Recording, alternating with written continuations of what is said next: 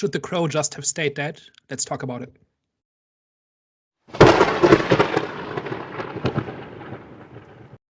Hello, everyone. Welcome back. We are back. The Eye of the Storm podcast. Before we get straight into our discussion, we are here to give you movie recommendations. So, guys, what's the best recent thing that you've seen? So my best recent thing this week is Black Rain, which is a 1989 Ridley Scott movie, essentially about a Yakuza member who gets captured in New York and is then escorted back to Japan by these two New York cops, who then promptly lose him, and they essentially get drawn into the investigation to get him back into custody because they're being blamed for it, and so they have to clear their name. And that also then drags them into this Yakuza gang war. And that is basically the story. So it's not the greatest movie, but it's kind of interesting in that it was made in the 80s when everybody thought Japan would take over the world. So it's kind of an American movie about an American cop who goes to Japan and is kind of confronted with how much better everybody in Japan is. Everybody is more intelligent, more disciplined, more sophisticated, more professional, everything. And these 80s renegade cops are colliding with Japanese culture, especially the way Japanese police work, who are just police officers. They're not out of an action movie. And it gets increasingly cartoonish, and the main cop, played by Michael Douglas, is increasingly unhinged. But there's some interesting things in there, and it's mostly a window into how the American public saw Japan in 1989. And what's interesting about the movie is that this movie was decried as racist in the US, but it was celebrated in Japan. It won awards in Japan and I think in another Asian country. And it apparently made all the money on Japanese VHS rentals. So it's apparently really popular in Japan. But at home, it kind of was criticized for how it portrayed Japan. So it was an interesting watch on that front. What was it called again? Black Rain. And Black Rain is a reference to the rain in Hiroshima after the nuclear bomb strikes, where the villain survived a nuclear bomb attack. And he talked about what that experience was like. And he says something like, America turned the rain black, and I will never forget that. And that is kind of his villain motivation. But that's like being said in an American movie, right? So it's interesting from this kind of the circumstances of how this movie was made is kind of more interesting than the movie itself. But there's an interesting kind of window into kind of what was on people's minds during that time. Cool. I don't actually have one for the people this week. I had a busy weekend, was here, then, everywhere, and didn't get a chance to properly sit down and watch anything. So go and watch Black Rain. All right, cool. Well, I was planning on doing like a movie marathon in the cinema, and I kind of did, but I didn't. I only ended up watching 2 movies, which was obviously the film that we're going to discuss next. But another film was Blink Twice. This was the film starring Channing Tatum and obviously a couple of other notable actors as well. You got, I forgot how to pronounce her name, but Adria Arjona. She was in the film Hitman, but she wasn't the main character. The main character was Naomi Aki. She was playing Frida. So pretty much billionaire tech guy, which was Channing Tatum. He was a billionaire tech guy. He met a waitress. He invited her and her friend to their private island for like a vacation, but he literally invited her on the day. And then on the day, during the vacation, weird stuff happened where like they're getting amnesia. Like they don't remember what happened the previous day. And she pretty much tries to figure out what the hell happened, like what the hell is pretty much going on during this vacation. And it took a very dark turn. This film definitely has a lot of metaphors and it's symbolic, heavily symbolic. I was actually surprised, like certain scenes that you'll see in this film, you wouldn't really expect it to be shown. It felt very mature. It's just something that you wouldn't have expected in this day and age for a film like that. Like the scenes that you see, you wouldn't have expected it in this day and age because we live in a very sensitive generation. So it definitely was an important topic to be discussed. Which was SA. There's a lot of, there's SA. Just watch the film and you see what the hell I'm talking about. Sorry. It's very hard to... It handles that topic maturely and does interesting things with it. Yes. Apologies. Because I'm trying to like not spoil it. That's why I was kind of stuttering a lot because I was like, how the hell am I going to say what it's... You know what I'm saying? So yeah, but go watch the film. It's a good film. It's a solid film. Yeah, let's just get straight into it. The Crow. All right, so... Just to briefly summarize the movie, The Crow is a remake of a 1994 film, which is based on a comic book. It's essentially about this guy who has had a rough start in life, and in rehab he meets his girlfriend and they have this intense romance, and then they get dragged into the machinations of the rich and powerful, which ends up getting both of them killed. And he kind of makes a deal with some kind of supernatural entity that turns him into this figure of vengeance. And then he goes on a killing spree to avenge his girlfriend, essentially. And that's basically the plot. So what were your impressions of The Crow? You know what, yeah, I wasn't expecting much from this movie when I first saw the trailer. It was like, you know, it gave very dark, emo vibes. Not really my type of movies. I would still go watch it in cinema, though, like, because obviously it was a revenge film. I freaking love revenge movies. They're just my thing. It was a solid film. I'm so confused by the reaction, public reaction. When I say solid, it wasn't a great movie. There was a lot of problems, yeah, but it was just a solid revenge movie. Like, it had a clear, like, you know what it was trying to do. It was a straightforward plot. I'm so confused on why people were slating this film talking about as one of the worst movies they've ever seen. Now, okay, I did some research and I understand, 'cause I haven't seen the first movie. So people are arguing that was it some sort of sequel or just a remake of the first one, and they're saying how they done a terrible job for Evil Once. I'm like, okay, now I'm starting to understand, but god damn, like, people have described this film as like one of the worst films like made this year. And I'm like, no way. I don't know what you guys are watching. I don't know like how far off from the original movie, the first movie that came out it is. But for me, you know, it was dark. There were grotesque moments, which I liked. I didn't really like the villain too much. I felt like there wasn't really much going on for him. Like, he just had a couple of moments where it was a bit dark with his voice, but that's about it. I didn't really see the power behind him, as in like the threat behind him. There wasn't really much besides him whispering in your ears. And even the showdown at the end between the two, I was like, oh, okay, there wasn't really much going on there. But besides that, I don't know why there was so much hatred for this movie. I just think it was a solid film. I don't know about calling this a solid movie.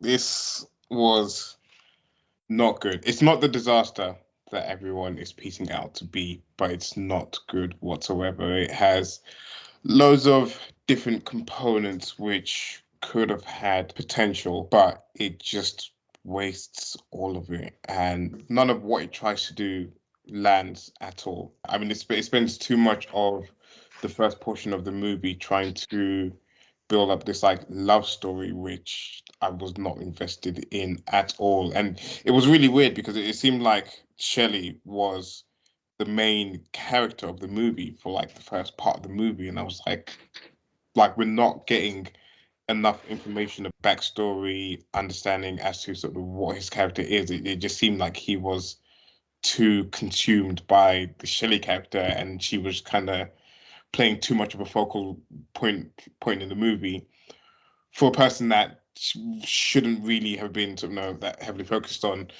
And again, with like some of the supernatural aspects of it, like the villain having sort of this deal with the devil, essentially, which I don't think is a spoiler because we're in the spoiler section yet. But with the villain also like having to deal with the devil and this and the other, and like what kind of comes from it, it's just not explored enough. You don't really understand too much about it. The movie doesn't dig deep enough into the different concepts it brings out. Even like the whole like the crow situation and like scenes in terms of like the afterlife scenes and sort of how he's becoming the crow and this, that, and the other, and essentially some of the rules and stipulations behind it, like it's just not explored as deeply as it probably should have in this movie. And I feel like a lot of that is because they spent almost like an hour trying to build up this damn relationship at the start of the movie, which was just such a waste of runtime. Genuinely, I was like there just like waiting for the movie to end, because like by the time it even gets to any of like the cool parts towards it at the end of the movie, I was fully checked out. I was like, I'm not here for this movie. I just want this to be over with so I can leave and go home. Yeah, I think the response to this movie kind of scales with how much people care about the 1994 movie. So I've also not seen it. I tried to watch it, but I kept falling asleep, which is not a dig on the movie. It's just where I was at that point, and I ran out of time to watch in preparation for this. So I have not seen more than the first 20 minutes of it. So I approached this movie as kind of its own thing, kind of broadly knowing what the original was about, and I agree that it's not that bad. And I think it actually comes in three parts. The first part is Eric's and Shelley's relationship and how they basically pull each other away from the brink in not the healthiest way, right? They don't have exactly the healthiest relationship, but it works for them, and it's probably the best thing that's happened to both of them, right, in their lives. And then the second part is after Shelley dies, where Eric becomes the Crow and he conducts his investigation where he tracks down his killers and takes revenge on them. And then the third part, I think, is the showdown between him and the villain. And I think the middle part is quite good. I really enjoyed myself in the middle part. I think the third part, the showdown with the villain, doesn't make any sense. And the first part is an hour long. And there's a reason why the original movie started with the murder of the Crow and the girlfriend. Right? That happens in the first 2 minutes. And then it goes from there. And here we insert an entire hour of story in front of that, essentially making it a prequel. Over half of the movie is essentially a prequel to the original, if like you can think of it in those terms. And that's a massive mistake. Like I think we agree that that first hour should not have been there, or shouldn't have been as long as it is. Mm-hmm. And I think by the time that hour is up, it's lost almost everybody. And there's good stuff to come after that. It's just by that point, everybody is some combination of pissed off and asleep. One thing I will agree on is Eric's story. I think it wasn't given to us. Like, it pretty much felt non-existent. There was even a scene where they're in the bathtub and then I think he must have asked her, "What do you like about me?" or something like that. And then she said, "How What's broken the first you are." thing you liked about me? Something like that. Yeah, and then she pretty much said something about how broken you are or something along those lines, right? Yeah. And I was like, well, we didn't see that. All we saw was the guy holding like barbed wire, and obviously the horse, him holding barbed wire or something like that, and his hand bleeding, and something briefly with his mum. I think someone said that. I don't know who mentioned that, but something with his mum. Well, the idea was that he comes from a broken home. He basically is basically a decent person, and he gets punished every time he tries to help somebody. He was the one who tried to save the horse, and when he tried to save the horse, he got punished for it because he got these scars on his hand from the barbed wire, and the horse didn't make it either. So he got scarred for life, and it didn't even accomplish anything. Meanwhile, his mother was like on meth on a couch in a trailer, completely useless, right? So that scene was supposed to show his upbringing, right? And how neglected he was, and how dysfunctional it was, and how he basically didn't have a chance from the start.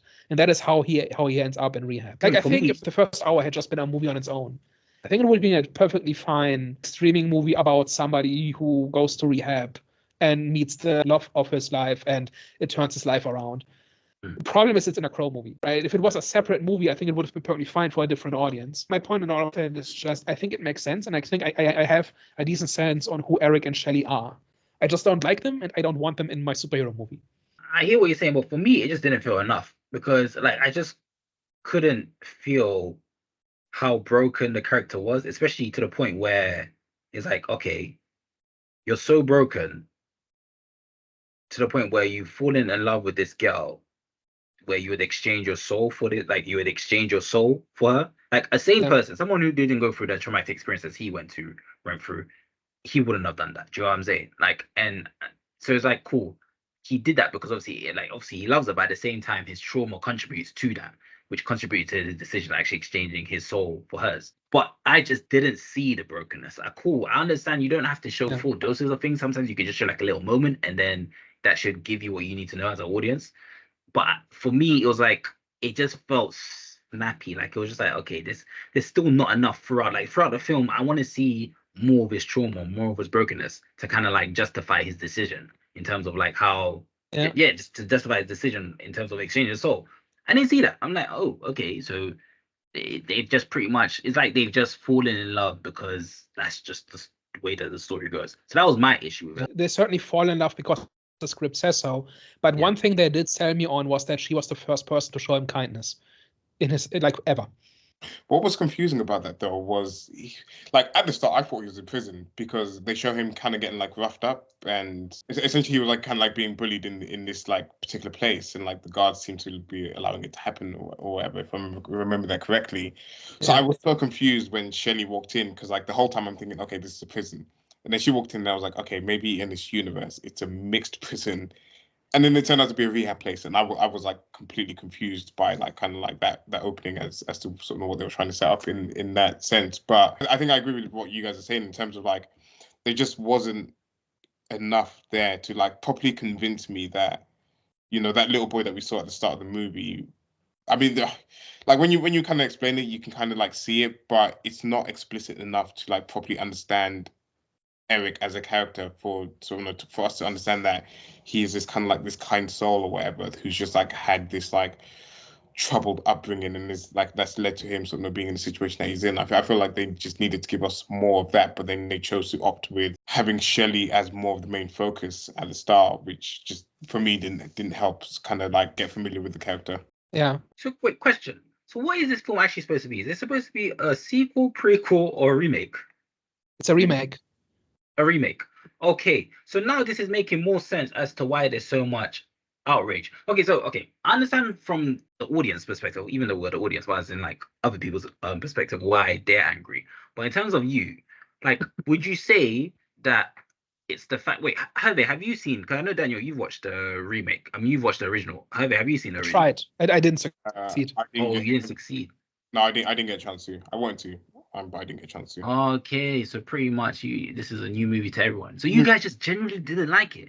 No, like genuinely, this is crazy. But why? Like, I know you said, you briefly said it, but what about it didn't work for you guys? So making the stuff before he becomes a crow an hour long is just a massive mistake. Like he is not that interesting and he's not that complex a character for us to understand why he's driven by revenge. Like you can establish that very quickly. I think the original movie spends like 2 minutes on it, and maybe more than 2 minutes is like the sweet spot is somewhere below 1 hour and above 2 minutes, right? Like maybe if it had been 10 minutes, it would have been okay. But it's just excruciatingly long, and I don't need it just to be 100 minutes of just the crow beating up people. But like there's just not much interesting happening in the first hour. Like they are not likable people. They're kind of, on the one hand, completely marginalized and they've accomplished nothing with their lives, right? But at the same time, she's also extremely wealthy and they can just treat the world as a playground and have no worries, really. But that juxtaposition just did not work for me at all in terms of making them likable. Like if they were struggling to pay rent or if they're working terrible jobs just to have a job, that would make them more likable a little bit. Like they're still really unlikable as people. But the fact that they're also so wealthy that they can just get high and go dancing all day and night, and that's all they do with their lives, makes them extra unlikable, at least to me. It doesn't help that Shelley's character was so monotone anytime she was like speaking. Yeah. It just sounded like she was just like so slow in everything that she was saying. Like she literally had like one emotion for everything, and it was just like so grating every time like she was like speaking in this movie. And again, for something that's meant to sort of really motivate the character, and this is meant to be like his driving force, again, you just have to sell it better than what they did in this movie, and it just wasn't convincing. And like Daniel said, it was just like kind of like hard to, and like they spent too much time of sort of them trying to show this love by them just like sleeping with each other in like loads of different places. And I'm like, okay, like this is not going to pull on the heartstrings of people by just like showing them like sleeping together in like bathtubs or like in the bed and this, that, and the other. What's actually quite interesting, I know, Daniel, you didn't like juxtaposition, but it's actually quite interesting because you do have like those like rich kids who like maybe have too much freedom in this world, and they end up going bad and they end up like sort of down in like a dark path of like doing drugs and this, that, and the other. And then you have like this one kid who kind of grew up poor, looks like he grew up in like a trailer home or whatever. And they could have like done something interesting with that in terms of like their backgrounds or whatever. Even though it shouldn't have been like this big thing in the movie, but considering you are making it a big thing, they could have done it a little bit more with that to try and maybe even just highlight like no matter where you come from or whatever, like you can always like kind of like end up down this path, and like how you like try and like pull each other out, and like maybe using their different like backgrounds to try and like help each other and support each other through their different life experiences or something like that. Like that could have been a little bit more interesting than just showing montages of them getting on. Yeah. And to be clear, they're not unlikable because they're wealthy, but it's this juxtaposition of we're supposed to pity them and they're supposed to be completely down on their luck and like, beaten down by life, but also they live in a penthouse and have an infinite drug budget. It's there's those two things don't work together. Like from the moment they escape rehab, every problem they have seems self-inflicted. because they could just have a nice life just with the money they have at that moment. Mhm. But the movie plays it as if they are these tragic characters, like these star-crossed lovers who like life keeps beating them down, but actually it doesn't. Not at that point. And I don't really understand. Like I think it's interesting that like all this wealth was bought from a deal with the devil, right? Because Shelley's mother worked for Vincent, the demonic crime king. And like I thought there was something interesting going on there. And so this idea that money is tainted or that money is by itself corrupt or corrupting or something could have been interesting. It's just spending an hour with them, watching them kind of be irresponsible and unlikable, it's would just kill it immediately. That's kind of just my main thing. Yeah. Do you know what was also frustrating is after the hour of them trying to convince us that they're like deeply in love, was the flashbacks that they were doing. I was like, you've spent an hour showing us like them like falling in love supposedly. And then now, like when he's like become the Crow, you're doing these flashback scenes, which the movie should have been doing from the first place instead of giving us what the first hour. Similar to what like John Wick did, where or like any action movie where like the wife's died and they just do these flashbacks of her running in the sun through like curtains and stuff like that, or like laundry hung up or whatever. Like your typical like nonsense of like them rolling around in the bed or whatever, like that to show that this was someone that he loved. Like it just really frustrated me that after having sat there for an hour, you then started to add that on top of that, like whilst the movie was like trying to find its feet. After that point, it just really bugged me. You can do one or the other, but not both. Yeah, basically is what I'm trying to get. Okay, look, I hear what you guys are saying, right? And I do agree the whole love dynamic didn't work because it was a lot of just sex scenes and that's just about it. And it's like, okay, well, this is just showing you're just showing us that this is a relationship based on lust. So it doesn't really justify how No, I buy that they love each other. I buy that they are the only people who have ever shown each other any kind of kindness and where they can be themselves for the first time in their lives. I buy all of that. You don't need anywhere near an hour to communicate that. Like a good actors and a good script can communicate that with no dialogue in one short scene. Just give us a scene where like the second scene of the movie should have been their death, and the first scene should have been maybe them partying or something, or coming home from a party or something like that, and just showing us how much in love they are and how they complete each other and whatever. That's kind of the main thing. Like I totally buy that they're each other's soulmates, and so Eric will do anything to bring Shelley back, right? Because he has nobody else and all of that. That's all fine. It's just how much time is spent on that. I think we agree that it's just too long. And that's the problem.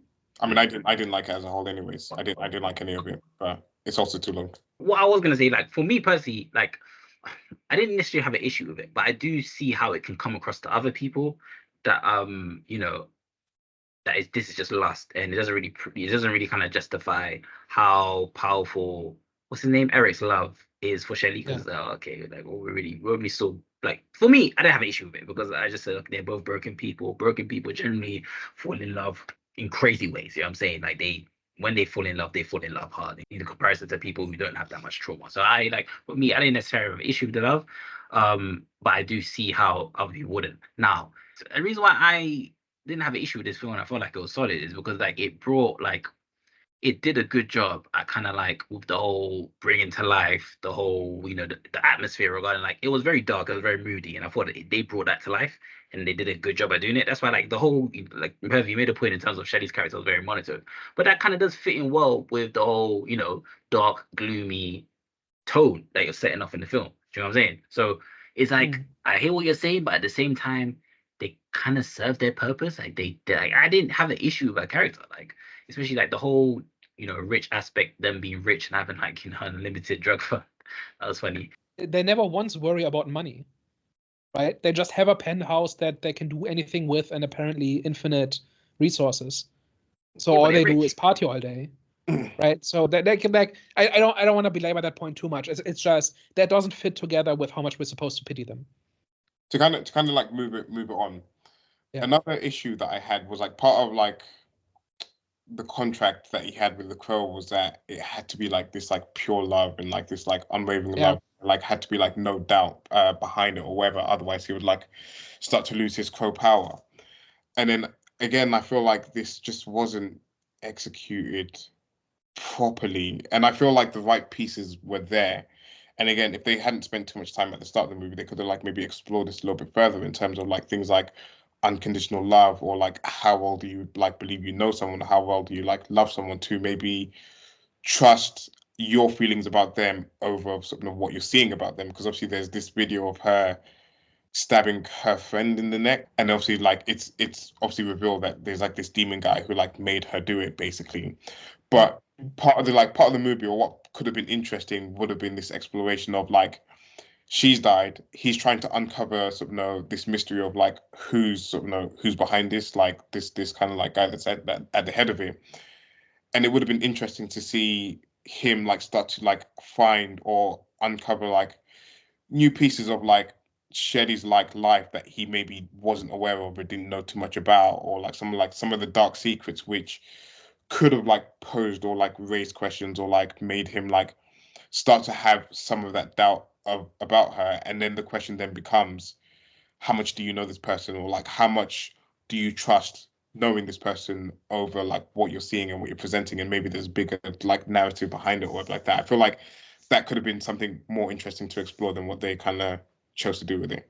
Yeah, it was kind of sudden, right? Where he goes from where he loses his powers very suddenly just because he is deemed to have too many doubts.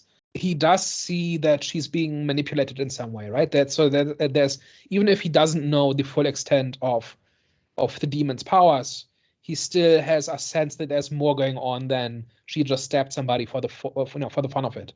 Mm-hmm. First of all, this whole unconditional love thing is not terribly well defined. And second of all, it's not a terribly interesting conditions on this power set. It's not really clear why like an angel of vengeance needs to love unconditionally. Like those two things don't seem to go together really. Yeah, I was gonna say that. And then the third one is why is this enough to strip him of his powers? Yeah, I was gonna add to that as well. Yeah, that's kind of contradictory, because it's like contradicting, because it's like so Eric makes a deal with the devil, right? Well, it's not clear. I didn't think it was the devil. I thought it was I didn't think it was the devil as well. That you lot were referring to him as the devil. So I was like, oh, he was the devil. I didn't even know what the hell it was. I thought it was just a being. The Vince guy. It was the Vince guy who's like the devil, basically. Oh, the Vince. Yeah, I was talking about the Vincent guy. What I think you're referring to is the guy in the kind of in this in-between dimension that gives him the powers, right? Yeah. That I don't think that was the devil. I think that was some third party. Like there seems to be. Like I don't think there's the heaven is mentioned in this at all, but kind of this is pretty leans pretty heavily into Christian mythology. So it stands to reason that there's a heaven, there's a hell, and the guy with the crow seems to be a third party. Yeah, like somebody who's beyond good and evil. It's just about vengeance and justice, and it's not. I don't think it's established who he is exactly. Like the Wikipedia page just refers to him as a spirit that guides Eric. Like he's not defined. But then that's like another big issue with Rupert, is because he's the crow, and like you would feel like you would want to have a good grasp or understanding as to what that is in a movie about the crow, which is basically all it's about. Yeah. It's not clearly defined. I think what's important is that Eric gets a choice, right? That he can sign away his soul in order to save Shirley's, and he is essentially willing to be the most brutal and bloody he can possibly be, because the only thing that matters to him is that Shelley gets her soul back, right? And that doesn't exactly make him a hero, exactly, right? He goes after the bad guys, but he does so in like the most violent and gruesome ways, right? There's a scene in the Opera House where he decapitates the people and he carries it in front of the audience, which is a bit wild, because he decapitates two of them and just throws the heads into the audience. Yeah. And I think that kind of brings me back to my old pet peeve of these people are just evil because they're rich, but they've not been shown to do evil things, most of them. So you're just supposed to assume that they're bad people. And that makes everything Eric does justified. But the movie doesn't try very hard. But I thought he did that to weed out Vincent. He gets to his right-hand woman, right? Yeah, like she's attending the opera, and so he tries to get to her, and in order to do that, he has to fight his way through the security. Yeah, but I thought when he showed them the heads, I thought he literally just did that to weed out Vincent. Cause I thought he was just gonna assume that Vincent was just gonna be the one to sit down. Well, Vincent wasn't even there. He's just there to get to his number two. Yeah, well, that's what I assumed. It's a bit crazy for someone that's meant to be the protagonist to be traumatizing everyone that's in the audience just to keep his goal. It's not really giving him. But at the same time, guys, like remember, right? Because like crows, they symbolize freaking death. Well, in the Bible, they symbolize death and judgment. So he followed the theme. He is about vengeance, right? He's not about justice. He's not about good. He's about vengeance. Yeah, so he's a protagonist and an antagonist at the same time, in a way. You know what I'm saying? So it's like one thing that I said I did like about the film is how the crows will follow him the whole time, because like death is coming to you. Do you know what I'm saying? So yeah, certainly the symbolism here with the crows, right? That they kind of are around when death happens, and the crow guides him to where he needs to go in order to exact vengeance on the bad people. That's absolutely the symbolism going on here. Did you guys have any highlight moments? So I think the middle section after he becomes the crow and before he meets up with Vincent, I think was pretty good. Like I was actually having a good time. There's like a half hour or so where he learns his powers and like the extent of his powers, and he gathers clues and he tracks down people and follows up leads, and I thought that all worked. Like I really liked how his power is not that he's strong, but he just recovers from anything, right? And he still feels the pain, and he still has to snap his bones back in place, but he will recover from anything, and so he can keep going. And that fight where he meets up with his friend for information, and then the goons break in and kill the friend, and he essentially discovers that he can't be killed, and the gunshot wounds just keep healing, and he just keeps going. I thought that was really cool. Like the use of his powers, I thought worked well. It wasn't just generic awesomeness. It was like a very specific thing. You can recover from any wound. When he gets cut with a sword or with a knife, and he pushes his intestines back in, and then the wound heals up on its own. There was like an appropriate level of grittiness in this, and like the gunshot wounds, and they never heal completely, right? Every time he does this, he keeps a scar, right? So there's good stuff here. And like as he is turning into the crow, I thought that also looked stylish. Like there's a scene where he walks down like a flight of stairs, and there's fog everywhere, and there's crows flying overhead. Like that looks cool. It's not a bad looking movie, really, at least once he becomes the crow.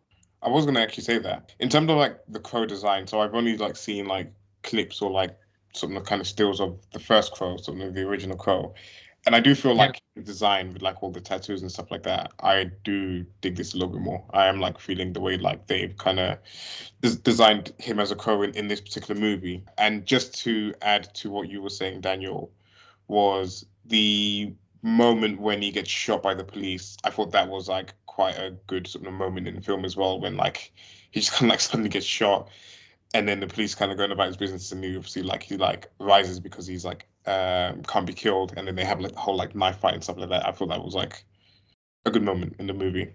Yeah, I do think it was a mistake to give him all these tattoos, because it made him look like the Joker, like the Jared Leto's Joker. Mm-hmm. And I just don't think it looks good. And then the makeup, I thought they had a missed opportunity, where when he goes through the final stage of his transformation and he starts crying black blood, and that kind of turns into the makeup. There's a scene where like the spirit guide kind of says something like you will cry black tears or something like that. And for a second I thought his crow makeup or his crow design was essentially his blood that had turned black, and his tears that had turned into blood and stuff like that. And that's where the mask came from. But then it was just goth makeup, and he just puts it on for no reason. Like, I don't think there's any motivation for why he picks that design over something else. Like, why does he disguise himself? Like, is there any reason? He's already dead. And he will go to hell as soon as he fulfills his mission, right? Because that's part of the deal. So why is he disguising himself? Why is he putting on a costume? I can't answer that one. It just feels unmotivated, right? I think it just happens because that's how it was in the comic book, and not because that's what that person would do in that moment. I hear you about the tattoos, but I'm actually able to kind of disassociate from like different characters and stuff like that. So when I looked at him, I didn't particularly see like Jared Leto. Obviously, like you can make the comparisons and you can see it, but for me, I'm just like kind of like, when I'm like looking there, I can like see it within like the lens of the movie. I think it's an outright reference. Yeah. Like when you look at what the tattoos are, they are just like, they are exactly like what the Joker had. Okay, I've not done like a like for like comparison. Yeah.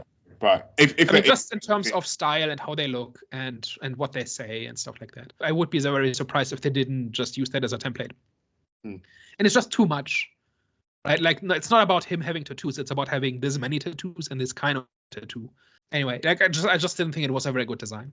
I agree to disagree on that one. I'm like, I kind of dig it. I dig it a lot, but yeah, no, I can hear your point. I was gonna say, how did you guys feel about the ending? Because personally, for me, I felt like it was rushed, and we didn't really see the full extent of Vincent's antagonist threat. Hot garbage, I thought.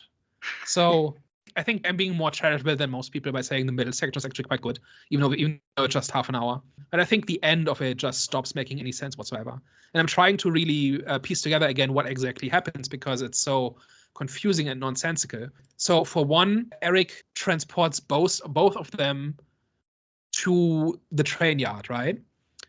Where, but why? Previously, he went to that limbo place every time he died, right? But why does he not need to die to go to this place? He just shoves him through a mirror. Why does that lead to the train yard? Why does he think it will lead to the train yard? There wasn't there a line when he was making the crow properly about now you'll be able to like travel in between the worlds like they were able to do. If they said that, I missed it. They did say something about like him given the ability to like walk between both worlds. Okay, and then just the last 10 minutes or so, the movie completely lost me because I didn't think anything had anything to do with each other. The way he actually defeats Vincent, I thought made no sense and had no connection to what came before. And I think Vincent also says something along the lines of we are kind of the same people or the same or you are no better than I am or something like that, which also didn't seem to make any kind of sense. I don't know. I just thought it didn't make any sense whatsoever. It's just it looks pretty for the most part, and then the movie ends. And I didn't find any kind of closure or like culmination of a character arc or of any kind from the final sequence. I don't know. Did you see it differently? No, I agreed. And I think you said it perfectly with like the closure part. Like there wasn't really anything to it. It was like I don't know how to explain it. It was like they were like it was just a scene where they were supposed to meet up, exchange a few words, some yeah, honestly, I don't know how to describe it. It just felt rushed. It felt underbaked. I don't know what exactly they were trying to do. Like it's like Vincent's character amounted to nothing. Because I understand like he whispered in his ear cool and he nearly got to him, but that's it. Like that's it. Like of course, like literally that's it. There wasn't anything like you said, Daniel. There wasn't anything that kind of it didn't feel cohesive with the story. It was like it was just a separate scene on its own. It was like it's a standalone scene, if that makes sense. Yeah, like it didn't feel like it was a payoff to anything that happened before, right? It's just the hero needs to defeat the villain, and we're at that point in the story, so we're gonna do that in a way that looks like that's what's happening. And I thought it was really stapled on. Like I think the writers in this actually wanted to tell the story about the broken people in rehab who fall in love and save each other, but then they had to make a Crow movie, so they made an hour of that and then half an hour of the guy becoming the Crow, and they put in some ultra gory violence, and then they kind of stapled an ending to the end where kind of the villain gets defeated. But I didn't think those three things really hung together at all in any way. What was frustrating as well is that they gave Vincent this like supernatural power, which from my understanding wasn't in the original sort of movie. So they've added this element in, but it's not clear as to why they've sort of chosen to make this change or gone this route, because there isn't enough explored about it at all in this movie. You know, you don't really understand like where it's come from, like his exact deal with the devil and stuff like that. And again, like because none of it's properly like really set up, it then doesn't really inform the satisfying or like doesn't give the satisfying payoff of like him being defeated at the end, because he's just like generic bad guy with like the supernatural power which no one really understands or sort of gets. And then when he's trying to like make the comparisons of like them being one of the same, it's like it kind of rings hollow because you haven't given us enough information or given us enough about it. So it's almost a case of like, did they do it because they had good ideas behind it, which then just wasn't either executed well or didn't, or was maybe cut from the final script, or have they just like made this change just to try and fit with like have like this equal antagonist to the Crow, basically? Yeah, I think I'm a little bit more charitable to it than you are. Mhm. I like it when heroes and villains are kind of mirror images of each other. And the idea that both of them made a deal with a higher power, but for very different reasons, with very different effects, in principle is interesting, right? That Vincent makes a deal with the devil in order to enrich himself and kind of delay the inevitable, right? Which is one day he will die and then he will be held accountable for his actions. And then Eric makes a deal with some entity for ultimately selfish reasons, right? He doesn't do it out of altruism. He's not a hero in this. He just wants the woman he loves back. Which is not good exactly, right? It's primarily selfish. I think that those two things kind of mirror each other, right? That they both make deals with higher powers, but in different ways and for different reasons and with different results. And I think that potentially is interesting. I just didn't feel like the story was about that. Yeah, so that was basically that was my issue. So I don't Yeah. disagree with what you're kind of like saying at the start. It's just like it was added in there, but then it wasn't focused on enough to like really give us anything from it. Was my issue with, and which kind of goes back to what I said at the very start, is that there's components of like good stuff in this movie, but that are just not explored deep enough at all. And I feel like this movie definitely could have been better if it like spent a little bit more time sort of exploring some of these things as opposed to sort of wasting the first hour essentially. Yeah, like freeing up an hour of screen time would have certainly helped expanding on these ideas. And also, if you had made the movie about that, then there could have been an opportunity for Vince to try to corrupt Eric, right? Mm-hmm. Where if he's already making a deal with a higher power for selfish reasons, then maybe you can get him to make another deal for different reasons. Right, and maybe that makes him susceptible for recruitment or something, right? Like you can imagine things going on there that would make the story more interesting, right? Like maybe that's another way to get Shelley back. Maybe if he delivers him 5 innocent souls, that's enough to bring Shelley back, for example. And maybe he's tempted, and maybe he thinks that's the only thing that matters. But then he discovers that his conscience gets in the way. For the first time, he has a conscience because for the first time he's not just trying to survive or something. Like you can imagine stuff going on here, even if it's not technically what The Crow is about. Like just with that kind of framework, you can imagine interesting things happening, and they didn't really because they didn't have any time. So Daniel, you mentioned before that you tried to watch the original, but you couldn't finish it. Why was that? Wasn't it good? Because I was sick and I was falling asleep. As in, like you were so it tired, wasn't about or the was it movie. got you I bored? just couldn't stay awake. I physically couldn't stay awake. I tried to watch the movie and I just couldn't. How far into it did you get? Maybe half an hour. Okay. And the interesting thing about the movie is that I actually kind of thought the first half hour was kind of boring. But every time I saw a review or discussion of The Crow, they showed clips from the movie and it looks really awesome. So there must be a bunch of really cool scenes later on in the movie that are the reason why this is so popular. And I just never got to them. But I don't think this movie really captures that. I feel like we've maybe bashed it too much. Tell us why you thought it was a solid movie, or like what you enjoyed kind of most out of it. Because I feel like we've And I've got more, by the way, if we have time. But yeah. Go for it. Because I know, I think the trailer told me what I was gonna get, and I got it. Do you know what I'm saying? Like there wasn't anything out the ordinary. Like it's pretty much like the storyline was clear. I think I even saw some people trying to say it was meandering. I said no, it wasn't. Like it was pretty much clear to the point. Like the guy's girlfriend died, and he made a deal with some sort of being. I don't know what the hell that being was, and now he's on a revenge spree. Like literally, so it was like it fulfilled his purpose. It did what it had to do. Like the fight scenes in it was amazing. Not amazing, but they were really good fight scenes, especially in the whole what was it, Opera House or whatever they were, where they were at. Even like in the beginning, like even the scene where you said where he was a police officer, where he just realized that he actually had powers then. So that scene was amazing as well. So I for me, I just think.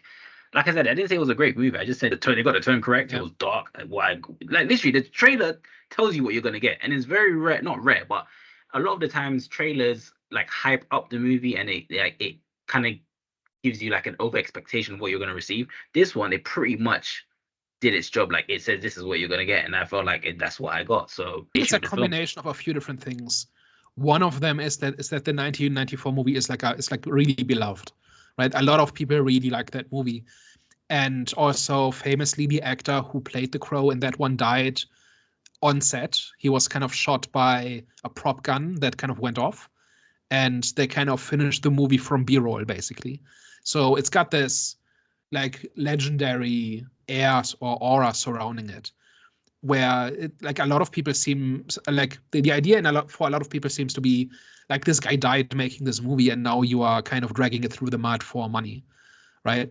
And I don't quite see it that way. Like, a 30-year-old movie can be remade and it can be a different take on the same story, whatever. But it's just a cult classic for many people that people have loved for a long time, and then something comes along and just makes a cheap imitation of it. And I can kind of see people not liking it, right? But I don't really see it as that bad, where it's so terrible. Like, this made zero money, right? Like, it's like box office is under 5 million at this point, which is, I didn't even think was physically possible. Like, you can always find somebody to go to a movie, right?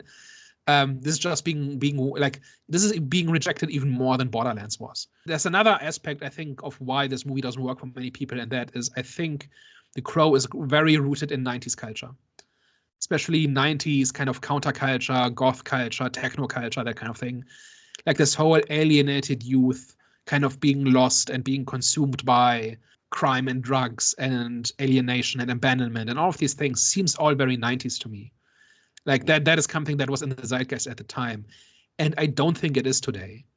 Like, that's not something I associate with like early 20 somethings, right? Like, not just leave aside the fact that goth is not a thing anymore, and so the goth look, like, they have to use the goth look because that's the character design from 30 years ago, but that is not youth culture today, right? I've not seen any goths in like 15 years at least, right? They were really big when I was growing up in Germany in the early 2000s. Like, everybody was goth. And I've not seen that in a long time. It does not seem to exist. And somehow this guy is goth, right? Like, or even just aesthetically. Like, it just doesn't ring true. And then this whole, like, it's not how I imagine Gen Z doing things. It seems like 30 years out of place. And that makes it less believable, and that makes it less relatable. And that makes the whole thing, like, that doesn't automatically break it, but I think it makes it harder. And I don't think the movie delivers enough for people to look over that. Like, it just feels off. Like, it's in the generational uncanny valley, right? Where it's not quite right and it doesn't really ring true. But the movie still asks us to believe it. Do you think they should have done more of a vigilante approach? As in, for example, like, because I'm sure there was more people like Vincent, right? So we saw only 2 of them. I'm pretty sure there was more. There was more of them. Do you think it like the story could have gone into a direction where now it's become more like, first it's about Shelley, but it could become more. It could have expanded to like a different story where he's now going out to kill all of them, or people like Vincent. That would have made it a bit interesting. I think that's the obvious sequel potential, right? That it's not just Shelley that needs saving. It's more people. And I read something about how they changed this ending was supposed to be something different originally, and then they changed it so that it's open for sequels, which are not going to happen now. Yeah, because people were saying how this was supposed to be some sort of franchise star, and I'm like, I don't think it's big enough for that. But like it leaves room open at the end. Like, if this had been a success, or at least marginal success, then you could have told more stories, right, with this guy going, like, avenging more people. So one other question I wanted to bring up is, this is the second movie in a month that gets completely rejected by audiences, right? First we had Borderlands a few weeks ago, and now we have this. One thing that Borderlands and The Crow have in common is that they are adaptations of older things that people like, and they are low quality, but then they get a backlash that I think is way out of proportion to what the quality actually warrants. Like, both of them, I think, are bad, but they are not the worst thing ever. They're kind of like normal amounts of bad, where if you really like Borderlands or The Crow, I can see being disappointed or being upset that it's not what you imagined it to be or something. That's totally fair. But the discourse is, these are the worst things ever, and like this needs to crash and burn. This is an outrage. This is an insult to the fans, and I don't see it as being that bad. But it's not happened twice in 1 month. What's that about? It seems like it's a rejection of some of the certain things that are becoming like standard or status quo in like Hollywood in some of the movies that we're getting, in terms of like the low quality writing that we're getting in a lot of movies, and then it like it. I mean, it's not the first time like this has happened. Like when people are like heavily invested in something. I mean, you had like the whole like backlash to like season 8 of Game of Thrones and stuff, and it's just like people have like high expectations. People like hold these things like really dear to their heart, and like they just don't want to see it just like cheapened or taken for granted. And I just feel like we're just at a point where maybe it's happened one too many times, and like it's just like everyone's now at a point where like anytime like something goes wrong, it just seems like it's the I'm trying to find like the right words for it, but it just seems like people have like kind of like reached a certain point or like certain like threshold of like shit that they've taken. And it's like now that every time like something comes that doesn't hit the bar or like doesn't like even like remotely come close to what people are expecting, then like it just hits the fan and people like really reject it, or like really like are like outspoken for the dislike of it. And I hear it. Like I hear it. Like if there was like there was something that I like loved so much. I mean, I was kind of at that point 5 years ago, right? With Game of Thrones, with the DCEU, with and after that with the MCU, where for a long time I was really distraught at how terrible these things were and how much wasted opportunity there was, and you could imagine what could have been if these things had been handled properly and all of these things, right? Mm-hmm. But that was 5 years ago, and 5 years ago that effect was much less pronounced. Like people hated on these movies and whatever, but it wasn't as like these things still made money, right? Or at least made a decent amount of money. And this just and these two things just completely crash and burn.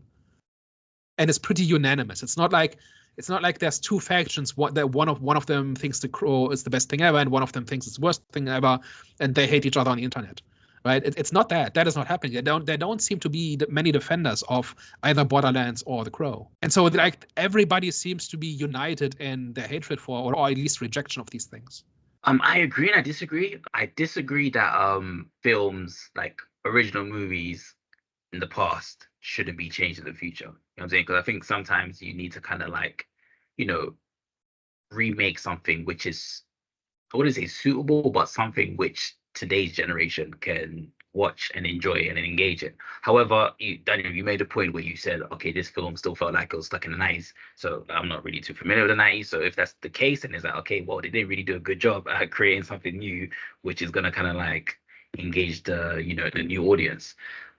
In terms of the other point that I made about changing something that doesn't need to be changed. So if it's a thing where the original Crow, because clearly that was so loved. So if it's a thing clearly that worked, so it was like, okay, you still could have remade it that same way with some changes where it makes it more like it makes it relevant to today's time, but you could have still kept like the essence of the original film in this movie because it worked then, so surely it should work now, and you're reintroducing it to a new audience. So yeah, so that's why I'm a bit like I'm for and against the whole being against to change, but at the same time not being against it, if that makes sense. I think both The Crow and Borderlands failed to give their audience something compelling, right? So there's nothing that balances out the bad aspects of it, like the bad, like how bad some of it looks, or like in Borderlands specifically how cheap everything looks and how uninspired it is, and in the case of The Crow, how unlikable the main character is and how much time is spent on uninteresting things. But there's no narrative that you can latch onto for both of them where you can say, okay, this is why this works, or this is why this is a good change. Whereas with other things that have been more controversial, there are at least two sides to it, and here it seems like there aren't sides, or no, there isn't more than one side, where it's just bad, or at least nobody has come forward to champion another perspective on these. Like, and we are kind of the radicals for saying both of them are only pretty bad, and that's it, right? Like that already makes us like at the far end of the spectrum for opinions about these things, and that's about as far as it gets. Do you know what? I don't think that these two projects had the same goodwill that some of the Marvel movies or like some of the other more established franchise have had. Because yeah, people revolted about season 8 of Game of Thrones, but there's, you know, people that would defend it would be people that have seen 7 seasons of Game of Thrones previously and have like a goodwill towards it. Whereas like, and again, like the Marvel movies, even I to an extent can look past some of the issues with some, like with a lot of the Marvel movies like Ant-Man and the Wasp: Quantumania or whatever, because of like the goodwill and because of like the feelings I have for the franchise overall. And, you know, in a situation like Star Wars, where I feel like they burnt out their goodwill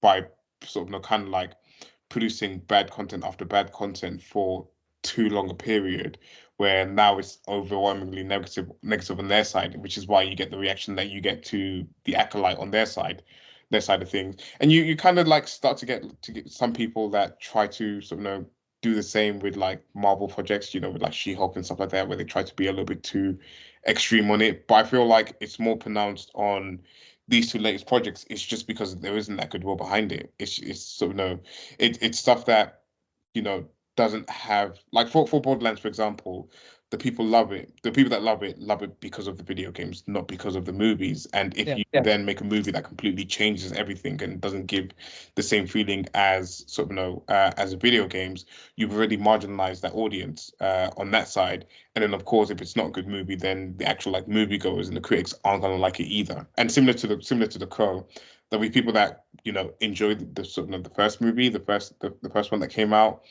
and again probably felt like they didn't need to have the remake and this and the other, so already maybe had like some bad feelings going into the movie, and then the movie not being great just kind of like confirmed some of those feelings for them, which then leads to such a rejection of it. It just seems like anything that's like new or like trying to establish a new franchise has to like almost try and play it safe and not take too many risks, or you have to really like knock it out of the park, or just be like a solid movie. Like you can't miss badly on your first attempt, because if there's people that have, I don't know, a love for like a different iteration of it, you're gonna find it very difficult to kind of get those people on side. I agree with the idea that you have to get people on board first. And then if quality slips, then some people will stay on board no matter what. Yeah, so maybe if this had been Borderlands 4 or the Crow 4, then the discourse would have been different. Like if the first 3 were really good and then it started to go downhill or something. Maybe that's it. But it's not like people are rejecting franchises, right? Like the big successes of recent weeks are Deadpool and Alien Romulus, right? Which are very safe, high quality sequels, right? That make it easy to be excited about it and to find something to like. And both of them know what their core audience likes, right? They like Deadpool and Alien respectively are very different things, but they have like a core appeal that these movies really get to and really deliver. And if you are on board with these things, then you get that from those 2 things. And the same wasn't true from The Crow and Borderlands. So maybe that's just it. I'm just surprised by how complete and unanimous it is. Yeah. We are not getting video essays with hot takes about how The Crow is secretly genius. Right? Maybe we'll get that like in 2 years or something, or in 5 years or 10 years. But so far we haven't. Like nobody's, you know, died on that hill so far. And like in the past, like when something came out, like if you really dislike The Last Jedi, right, which I do, then you can find easily people who will champion that movie and who will talk for hours about how it's the most brilliant Star Wars movie ever made. No such thing exists for Borderlands or The Crow, right? And that's what surprises me. Yeah, I was going to say the most recent example I can even think of is House of the Dragon season 2, which I feel like as the season was going on, people kind of started to realize that we wasn't getting the season that we were expecting. But again, it wasn't that same. It still has its defenders, right?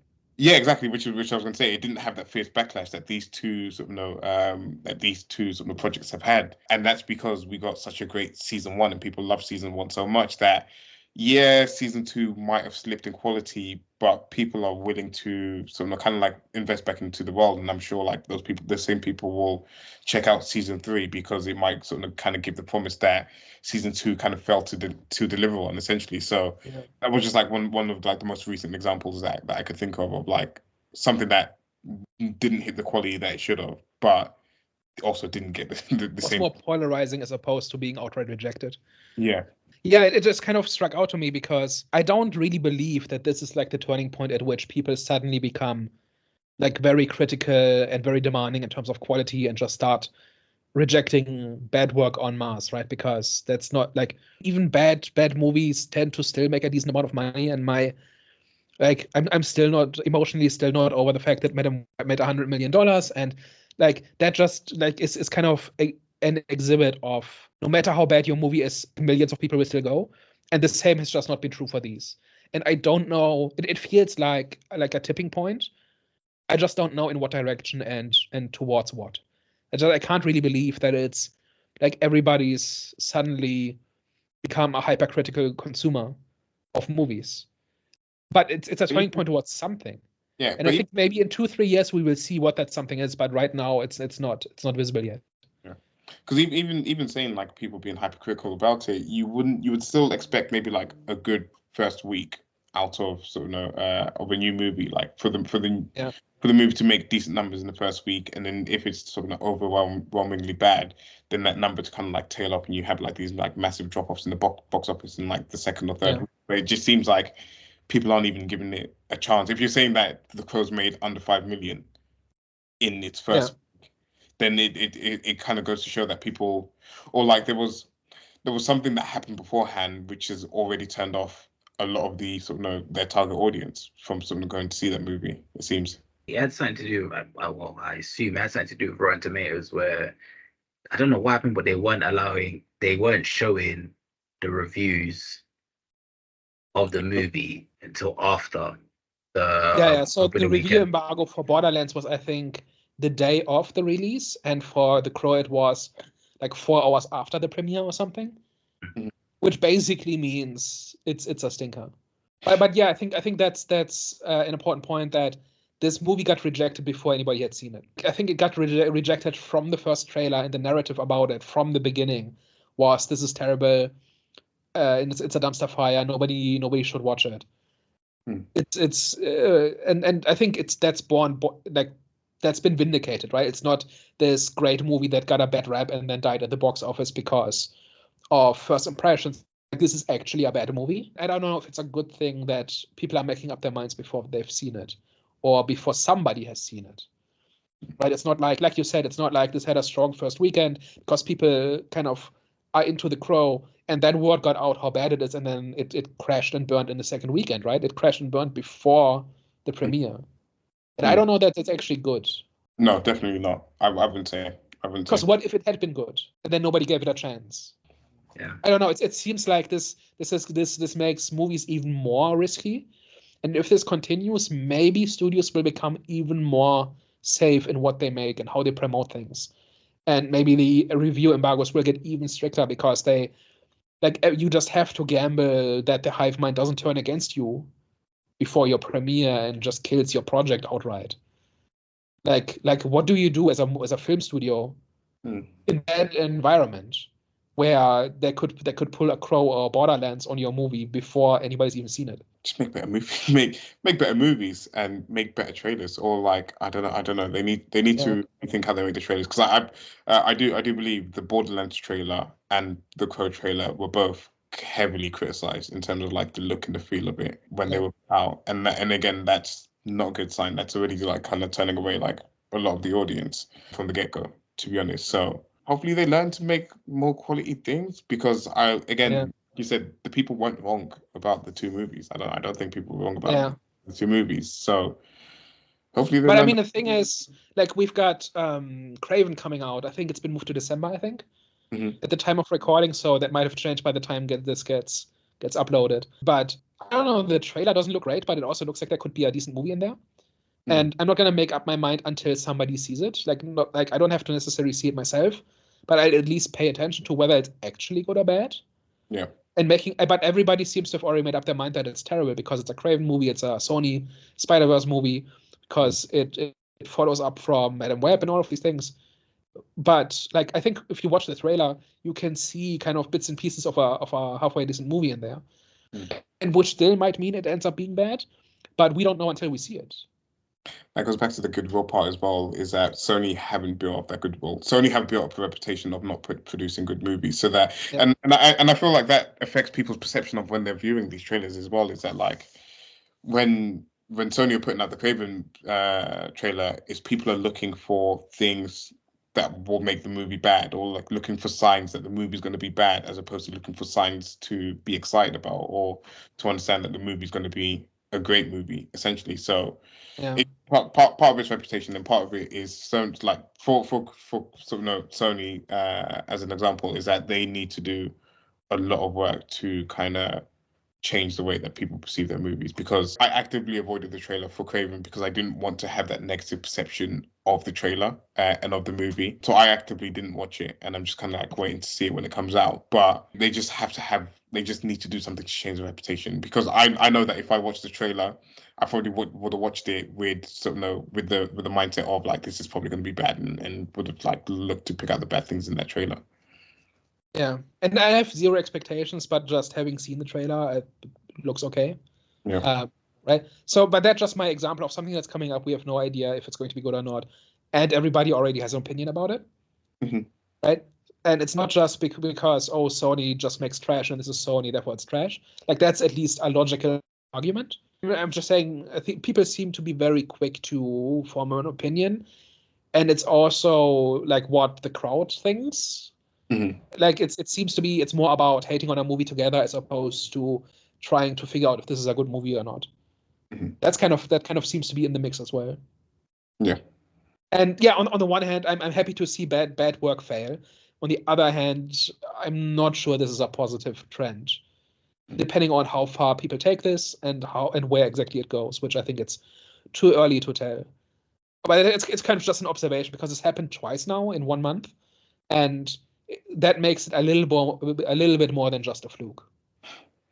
Daniel, it seems like you've won, but at what cost is basically what you're saying, in terms of... Yeah, it's like a real monkey paw moment, right? Huh. People are doing what I want them to do, but am I, or are they? At what cost? What's the unknown? Yeah, so like we'll keep an eye on this and then see what happens with this.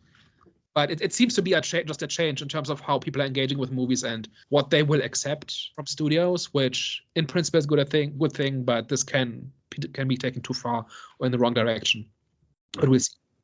All right, guys. I think what time is time for last sports. Oh, is there anything else that you guys want to add? No, I think we've covered it. Yeah, we've been working for a while. All right, cool. What's your last sports, guys?